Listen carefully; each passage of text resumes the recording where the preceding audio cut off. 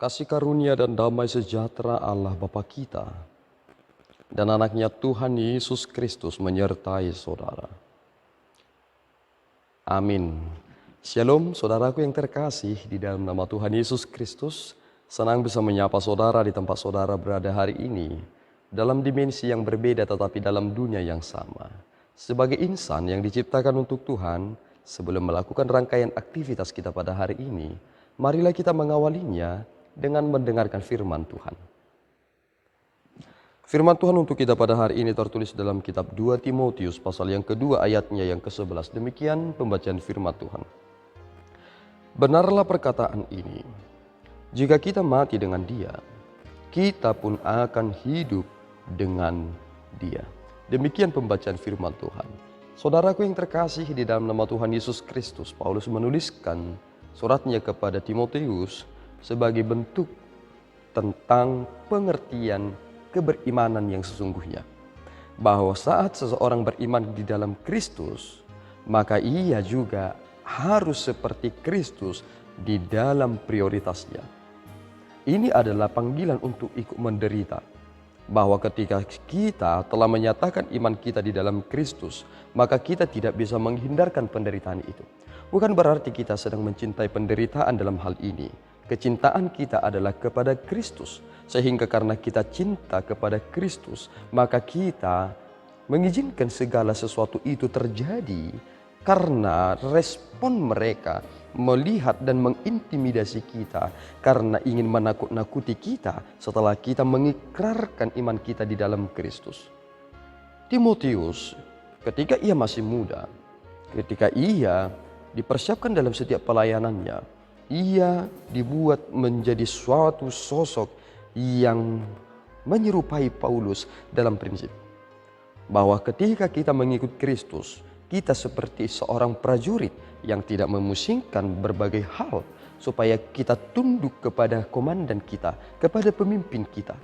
Kebanyakan kita, saudaraku, terlalu banyak memikirkan hal-hal yang di dunia ini sehingga kita tidak fokus kepada Kristus. Akibatnya Kristus tidak menjadi yang terutama tetapi yang tersisihkan. Ketika Kristus memanggil orang untuk mengikut Dia, ada orang yang berkata, "Biarkanlah aku menguburkan orang tuaku." Dan Kristus berkata, "Biarlah orang yang mati menanamkan orang yang matinya tersebut." Artinya banyak cara yang dipergunakan orang untuk menolak mengikuti Kristus. Ada orang yang berkata bahwa ia memiliki kekayaan, apa yang harus aku lakukan ketika Yesus berkata, "Juallah itu semua dan ikutlah aku." Ia sangat menyesal bertanya kepada Yesus, bukankah hal-hal ini membuat orang sulit untuk hidup di dalam Kristus? Dan Paulus menekankan suatu pernyataan ini.